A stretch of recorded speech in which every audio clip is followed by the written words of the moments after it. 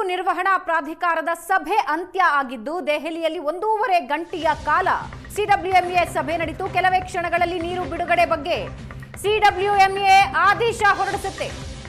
CWRC ಶಿಫಾರಸ್ಸಿನ ಬಗ್ಗೆ ಅಂತಿಮ ನಿರ್ಧಾರ ಮಾಡುತ್ತೆ ಸಿಡಬ್ಲ್ಯೂಎಂಎ. ತಮಿಳುನಾಡಿಗೆ 12,000 ಕ್ಯೂಸೆಕ್ ನೀರು ಬಿಡೋದಕ್ಕೆ ಸಿಡಬ್ಲ್ಯೂಆರ್ಸಿ ಶಿಫಾರಸು ಮಾಡಿತ್ತು. ಅದರ ಬಗ್ಗೆ ಕೆಲವೇ ಕ್ಷಣಗಳಲ್ಲಿ ಸಿಡಬ್ಲ್ಯೂಎಂಎ ಅಂತಿಮ ಆದೇಶ ಹೊರಡಿಸುತ್ತೆ.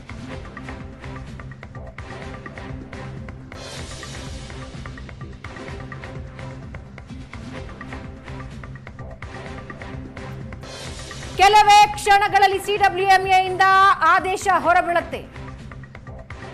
ಸಿಡಬ್ಲ್ಯೂಆರ್ಸಿ ನೀಡಿರುವ ಶಿಫಾರಸು ಕರ್ನಾಟಕದ ಪಾಲಿಗೆ ಗಾಯದ ಮೇಲೆ ಬರೆ. ಇದರ ಬಗ್ಗೆ ಕರ್ನಾಟಕ ಈಗಾಗಲೇ ತನ್ನ ವಾದ ಮಂಡಿಸಿದೆ. ಸಿಡಬ್ಲ್ಯೂಎಂಎ ಏನು ನಿರ್ಧಾರ ತೆಗೆದುಕೊಳ್ಳುತ್ತೆ? ಸಭೆ ಮುಕ್ತಾಯ ಆಗಿದೆ, ಕೆಲವೇ ಕ್ಷಣಗಳಲ್ಲಿ ನಿರ್ಧಾರ ಹೊರಬರುತ್ತೆ. ತಮಿಳುನಾಡಿಗೆ 15.6 ಟಿಎಂಸಿ ನೀರು ಹರಿಸೋದಕ್ಕೆ ಸಿಡಬ್ಲ್ಯೂಎಂಎ ಇಂದಲೂ ಆದೇಶ. 15 ದಿನಗಳ ಕಾಲ ಪ್ರತಿದಿನ 12,000 ಕ್ಯೂಸೆಕ್ ಹರಿಸೋದಕ್ಕೆ ಸಿಡಬ್ಲ್ಯೂಎಂಎ ಆದೇಶ ಹೊರಡಿಸಿದೆ. ಸಿಡಬ್ಲ್ಯೂಆರ್ಸಿ ಶಿಫಾರಸನ್ನ ಎತ್ತಿ ಹಿಡಿದಿದೆ ಕಾವೇರಿ ನೀರು ನಿರ್ವಹಣಾ ಪ್ರಾಧಿಕಾರ. ಕರ್ನಾಟಕದ ವಾದಕ್ಕೆ ಮನ್ನಣೆ ಸಿಕ್ಕಿಲ್ಲ.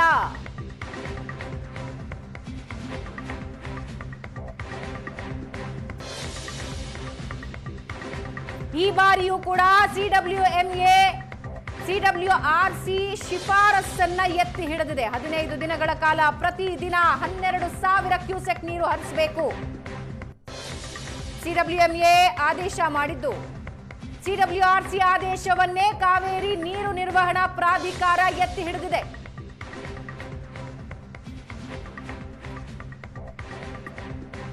ಡ್ಯಾಂಗಳಲ್ಲಿನ ನೀರಿನ ಪರಿಸ್ಥಿತಿಯನ್ನ ಈಗಾಗಲೇ ತಿಳಿಸಲಾಗಿದೆ.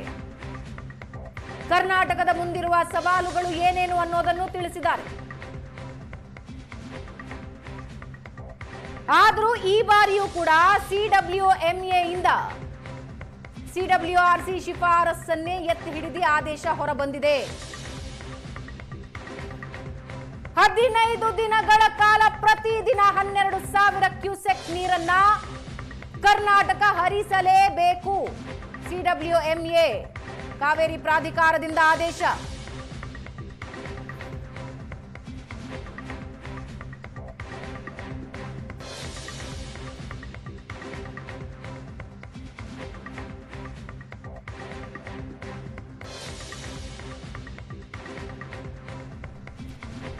ಸಿಡಬ್ಲ್ಯೂಆರ್ಸಿ ಶಿಫಾರಸನ್ನ ಕಾವೇರಿ ನೀರು ನಿರ್ವಹಣಾ ಪ್ರಾಧಿಕಾರ ಎತ್ತಿ ಹಿಡಿದಿದೆ. ಕರ್ನಾಟಕಕ್ಕೆ ಮತ್ತೊಂದು ಸಲ ಗಾಯದ ಮೇಲೆ ಬರೆ. ತಮಿಳುನಾಡಿಗೆ ನೀರು ಬಿಡಬೇಕು ಅನ್ನೋ ಆದೇಶನ ಪಾಲಿಸದೇ ಇರೋದಕ್ಕೆ ಕರ್ನಾಟಕ ನಿರ್ಧಾರ ಮಾಡಿದೆ. ಸುಪ್ರೀಂ ಕೋರ್ಟ್ ಮೊರೆ ಹೋಗೋದಕ್ಕೆ ನಿರ್ಧರಿಸಿದೆ. ತಮಿಳುನಾಡಿಗೆ ನೀರು ಬಿಡಬೇಕು ಅನ್ನೋ ಆದೇಶವನ್ನ ಪಾಲಿಸದೇ ಇರೋದಕ್ಕೆ ಕರ್ನಾಟಕ ಸರ್ಕಾರ ನಿರ್ಧರಿಸಿದ್ದು ಸುಪ್ರೀಂ ಕೋರ್ಟ್ನಲ್ಲಿ ಕಾನೂನು ಹೋರಾಟ ಮಾಡೋದಕ್ಕೆ ಕರ್ನಾಟಕ ಸರ್ಕಾರ ನಿರ್ಧಾರ ತೆಗೆದುಕೊಂಡಿದೆ. ತಮಿಳುನಾಡಿಗೆ ನೀರು ಬಿಡಬೇಕು ಅನ್ನೋ ಆದೇಶ ಸಿಡಬ್ಲ್ಯೂಎಂಎ ಇಂದ ಹೊರಬಿದ್ದಿದೆ. ಇದಕ್ಕೆ ಕರ್ನಾಟಕ ಸರ್ಕಾರ ಮಣಿಯದೇ ಇರೋದಕ್ಕೆ ನಿರ್ಧಾರ ತೆಗೆದುಕೊಂಡಿದೆ. ಪಾಲಿಸದೆ ಸುಪ್ರೀಂ ಕೋರ್ಟ್ನಲ್ಲಿ ಕಾನೂನು ಹೋರಾಟಕ್ಕೆ ಕರ್ನಾಟಕ ಸರ್ಕಾರ ನಿರ್ಧಾರ ತೆಗೆದುಕೊಂಡಿದೆ. ಕಳೆದ ಬಾರಿಯೂ ಸಿಡಬ್ಲ್ಯೂಆರ್ಸಿ ಶಿಫಾರಸನ್ನ ಸಿಡಬ್ಲ್ಯೂಎಂಎ ಎತ್ತಿ ಹಿಡಿದಿತ್ತು. ಈ ಬಾರಿಯೂ ಕೂಡ ಅದೇ ರೀತಿಯ ನಿರ್ಧಾರನ ಸಿಡಬ್ಲ್ಯೂಎಂಎ ನೀಡಿದೆ. ಇದರ ವಿರುದ್ಧ ಕರ್ನಾಟಕ ಸರ್ಕಾರ ನ್ಯಾಯಾಲಯದ ಮೆಟ್ಟಿಲು ಹತ್ತೋದಕ್ಕೆ ನಿರ್ಧರಿಸಿದೆ. ಈ ಬಗ್ಗೆ ಇನ್ನಷ್ಟು ಡೀಟೇಲ್ಸ್ ಹಂಚಿಕೊಳ್ತಾರೆ ನಮ್ಮ ಪ್ರತಿನಿಧಿ ಡೆಲ್ಲಿ ಮಂಜು. ಸಿಡಬ್ಲ್ಯೂಎಂಎ ಕಳೆದ ಬಾರಿಯೂ ಇಂಥದ್ದೇ ಒಂದು ನಿರ್ಧಾರ, ಮತ್ತೊಂದು ಸಲ ಕರ್ನಾಟಕಕ್ಕೆ ಅನ್ಯಾಯ. ಕರ್ನಾಟಕದ ಪರಿಸ್ಥಿತಿ ಗೊತ್ತಿದೆ, ಬರದ ಪರಿಸ್ಥಿತಿಗಳು ಗೊತ್ತಿದೆ, ಮೇಲಿಂದ ಮೇಲೆ ಕರ್ನಾಟಕಕ್ಕೆ ಅನ್ಯಾಯ. ಹೌದು ಭಾವನಾ, ಸುಮಾರು 1.5 ಗಂಟೆಗಳ ಕಾಲ ನಡೆದಂತ ಸಭೆಯಲ್ಲೂ ಕರ್ನಾಟಕದ ವಾದಕ್ಕೆ ಮನ್ನಣೆ ಸಿಗಲೇ ಇಲ್ಲ. ಈಗ ನೀವು ಲೈವ್ ಸ್ಟೋರೇಜ್ ಎಷ್ಟಿದೆ ಅನ್ನೋಂತಹ ಅಂಕಿ ಅಂಶಗಳನ್ನ ಆಧಾರವಾಗಿಟ್ಕೊಂಡು ನಾವು ಈ ಆದೇಶವನ್ನ ಮಾಡ್ತಾ ಇದ್ದೇವೆ ಅಂತ ಸಿಡಬ್ಲ್ಯೂಎಂಎ ಹೇಳಿರುವಂತದ್ದು. ಇದಕ್ಕೆ ನಮ್ಮ ಏನು ಅಂದ್ರೆ ಈಗ 15 ದಿನ ಬಿಡಿ ಅಂತ ಅಂದ್ರೆ ಆ ಮುಂದಿನ 15 ದಿನದಲ್ಲೂ ಕೂಡ ಲೆಕ್ಕ ಹಾಕಿ ಉಳಿದಿರುವಂತಹ ಬ್ಯಾಕ್ಲಾಗ್ ಅನ್ನು ಸೇರಿಸಿ ನೀವು ಬಿಡಬೇಕು ಅನ್ನುವಂತ ವಾದವನ್ನ ತಮಿಳುನಾಡು ಇಟ್ಟಿರುವಂತದ್ದು. ಈಗ ಕೊಟ್ಟಿರುವಂತ ಸುಮಾರು ಇಲ್ಲಿಯ ತನಕ ಆಗಸ್ಟ್ ಅಂತ್ಯದವರೆಗೂ 88 TMC ನೀರನ್ನ ಕರ್ನಾಟಕ ಕೊಡಬೇಕಾಗತ್ತೆ, ಏನು ಸುಪ್ರೀಂ ಕೋರ್ಟ್ ಆದೇಶದಂತೆ. ಆದ್ರೆ 11 TMC ನೀರನ್ನ ನಾವು ಈ ತನಕವೂ ಕೂಡ ಬಿಟ್ಟಿರುವಂತದ್ದು, ಆಗಸ್ಟ್ 10 ತನಕವೂ ಕೂಡ. ಇನ್ನು ಉಳಿದ ದಿನಗಳಿಗೂ ಕೂಡ ನಾವು 15 ಹೆಚ್ಚು ಕಡಿಮೆ 16 TMC ನೀರು ಬಿಟ್ಟರು ಕೂಡ ಮುಂದಿನ ಬ್ಯಾಕ್ಲಾಗ್ ಎಲ್ಲವನ್ನು ಕೂಡ ಕ್ಲಿಯರ್ ಮಾಡಿ ಅನ್ನುವಂತ ವಾದವನ್ನು ತಮಿಳುನಾಡು ಇಟ್ಟಿರುವಂತದ್ದು. ಕರ್ನಾಟಕ ವಾದಕ್ಕೆ ಮನ್ನಣೆ ಸಿಗಲಿಲ್ಲ. ವಾಪಸ್ ಬರ್ತೀನಿ ಮಂಜು.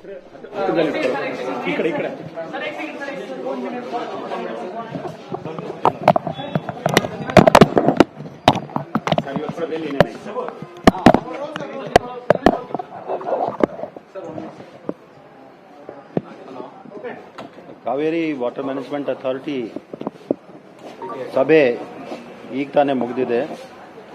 ಈ ಸಭೆಯಲ್ಲಿ ಇರ್ತಕ್ಕಂಥ ವಿಷಯವನ್ನು ಹೇಳೋದಾದರೆ, Kaveri water regulation committee meeting ಇವತ್ತು ಬೆಳಗ್ಗೆ ನಡೆದಿತ್ತು. ವಾಟರ್ ರೆಗ್ಯುಲೇಷನ್ ಕಮಿಟಿ ಮೀಟಿಂಗ್ನಲ್ಲಿ ಆಗಿರ್ತಕ್ಕಂಥದ್ದು ಏನೋ ನಿರ್ದೇಶನ ಇತ್ತು ಅದನ್ನೇ ಅವರು ರೀಟ್ರೇಟ್ ಮಾಡಿ ಹೇಳಿದ್ದಾರೆ. ಸೊ ಅದರ ಪ್ರಕಾರ 12,000 ಕ್ಯೂಸೆಕ್ಸ್ ನೀರನ್ನು ಬರುವ 15 ದಿನಕ್ಕೆ ಬಿಡಬೇಕು ಅಂತ ಹೇಳಿ ಒಂದು ಆದೇಶವನ್ನು ಅವರು ಕೊಟ್ಟಿದ್ದಾರೆ. ದ್ಯಾಟ್ ಇಟ್ ಸೆಲ್ಫ್ ಇಸ್ ರೀಟ್ರೇಟೆಡ್ ನಾವು by the Kaveri water management authority. ಇದರಲ್ಲಿ ಇರ್ತಕ್ಕಂಥ ಅಂಶಗಳು ಏನಿದೆ ಅದರ ಬಗ್ಗೆ ಬಹಳಷ್ಟು ವಾದ ನಡೆದಿದೆ. ತಮಿಳುನಾಡಿನವರು ಇದಕ್ಕಿಂತನೂ 2 ಪಟ್ಟು ನೀರು ಬಿಡುಗಡೆ ಮಾಡಬೇಕಂಥದ್ದು ಅವರು ವಾದ ಮಾಡಿದರೆ, ನಮ್ಮಲ್ಲಿ ನಾವು ನೀರನ್ನು ಬಿಡುಗಡೆ ಮಾಡುವ ನಮ್ಮಲ್ಲಿ ಕ್ಷಮತೆ ಇಲ್ಲ, ಅದನ್ನು ಮಾಡೋಕ್ಕೆ ಬರೋದಿಲ್ಲ ಅಂತ ಹೇಳಿ ನಾವು ಹೇಳ್ತೀವಿ. ಸೊ ತದನಂತರ ಅಥಾರಿಟಿ ಒಂದು ತೀರ್ಮಾನಕ್ಕೆ ಬಂದಿದೆ. ನಮ್ಮ ಪ್ರಕಾರ ಅದು ನಮಗೆ ಅನ್ಯಾಯವಾಗಿದೆ. ಅದನ್ನು ಯಾವ ರೀತಿಯಲ್ಲಿ ಲೀಗಲ್ ಒಂದು ರೆಮಿಡಿಯನ್ನು ಮಾಡಬೇಕು, ಲೀಗಲ್ ಯಾವ ರೀತಿಯಲ್ಲಿ ನಮಗೆ ಸಾಧ್ಯತೆ ಇದೆ, ಆ ಸಾಧ್ಯತೆಗಳ ಬಗ್ಗೆ ನಾವು ನಮ್ಮ ಲೀಗಲ್ ಎಕ್ಸ್ಪರ್ಟ್ಸ್ ಜೊತೆ ಕೂಡ ಚರ್ಚೆ ಮಾಡ್ತೀವಿ. ಮಾನ್ಯ ಸರ್ಕಾರವು ಅದರ ಬಗ್ಗೆ ತೀರ್ಮಾನವನ್ನು ತೆಗೆದುಕೊಳ್ಳುತ್ತೆ. ಅದರ ಬಗ್ಗೆ ಶೀಘ್ರವೇ ತಮಗೆ ಮಾಹಿತಿಯನ್ನು ಕೊಡ್ತಾರೆ. ಸರ್, ಈಗ ತಮಿಳುನಾಡು ಆಲ್ರೆಡಿ ಪಿಟಿಷನ್ ಫೈಲ್ ಮಾಡಿದೆ, ಗುರುವಾರದ ಹೇರಿಂಗ್ ಬರುತ್ತೆ. ಅಷ್ಟರೊಳಗಡೆ ಕರ್ನಾಟಕನು ಫೈಲ್ ಮಾಡಿ ಹೇರಿಂಗಿಗೆ ರಿಕ್ವೆಸ್ಟ್ ಮಾಡಬಹುದಾ? ಅದ ಖಂಡಿತ ನಮಗೆ ಬಂದ ಮಾಹಿತಿ ಪ್ರಕಾರ 13ನೇ ತಾರೀಕಿಗೆ ಕಾವೇರಿ ವಿಷಯಗಳ ಬಗ್ಗೆ ಸುಪ್ರೀಂ ಕೋರ್ಟ್ನಲ್ಲಿ ಒಂದು ಹಿಯರಿಂಗ್ ಮಾಡಲಾಗುವುದು ಅಂತ ಹೇಳಿ ನಮಗೆ ತಿಳಿಸಲಾಗಿದೆ. ಅದೇ ಸಮಯದಲ್ಲಿ ಬಹುಶಃ ಇವತ್ತಿನ ಏನು ನಿರ್ಧಾರ ಆಗಿದೆ ಅದರ ಬಗ್ಗೆ ನಮ್ಮ ಅಪೀಲ್ ಮೇಲ್ಮನವಿ ಏನಾದರೂ ಇದ್ರೆ ಆ ಮೇಲ್ಮನವಿಯನ್ನು ಕೂಡ ಪರಿಗಣನೆ ಮಾಡ್ತಕ್ಕಂಥದ್ದು ಅದೇ ಸನ್ನಿವೇಶದಲ್ಲಿ ಆಗುತ್ತೆ ಅಂತ ಹೇಳಿ ನಾವು ಭಾವಿಸ್ಕೊಂಡಿದ್ದೀವಿ.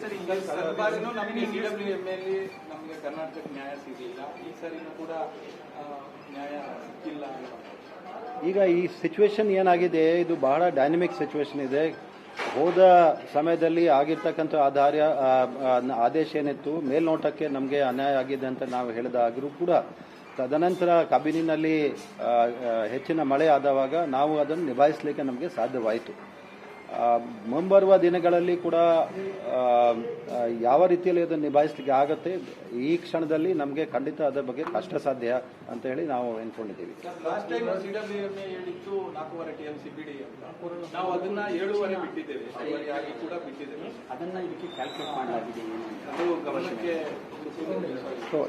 ಈ ವಿಷಯ ಬಗ್ಗೆ ಬೇರೆ ಬೇರೆ ಆಯಾಮಗಳಿದೆ, ಬೇರೆ ಬೇರೆ ಡೈಮೆನ್ಷನ್ಸ್ ಟು ದ ಪ್ರಾಬ್ಲಮ್. ಅದನ್ನ ಎಲ್ಲವನ್ನು ಸಮಗ್ರವಾಗಿ ಪರಿಶೀಲನೆ ಮಾಡಿ ತದನಂತರ ಅದರ ಬಗ್ಗೆ ಏನು ಲೀಗಲ್ ರೆಮಿಡಿ ಇದೆ, ಕಾನೂನು ದೃಷ್ಟಿಯಿಂದ ನಾವು ಏನೇನೋ ಉಪಾಯಗಳನ್ನು ಮಾಡಬಹುದು ಅಥವಾ ಯಾವ ರೀತಿಯಲ್ಲಿ ನಾವು ನ್ಯಾಯವನ್ನು ಪಡೆಯಬಹುದು ರಾಜ್ಯಕ್ಕೆ, ಅದರ ಬಗ್ಗೆ ಖಂಡಿತ ಕ್ರಮವನ್ನು ಕೈಗೊಳ್ಳುತ್ತೇವೆ.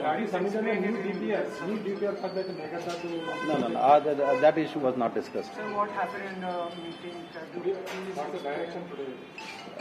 The direction given by the Kaveri Water Management Authority is to reiterate the decision taken in the Regulation Committee. The Regulation Committee has decided to release 12,000 cusecs for a period of 15 days and to be realized at Beligondulu.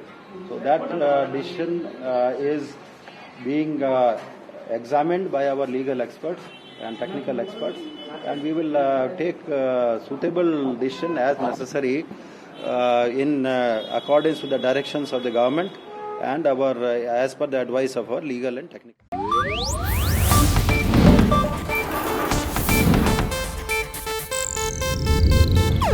ಇದು Asianet news network ಪ್ರಸ್ತುತಿ.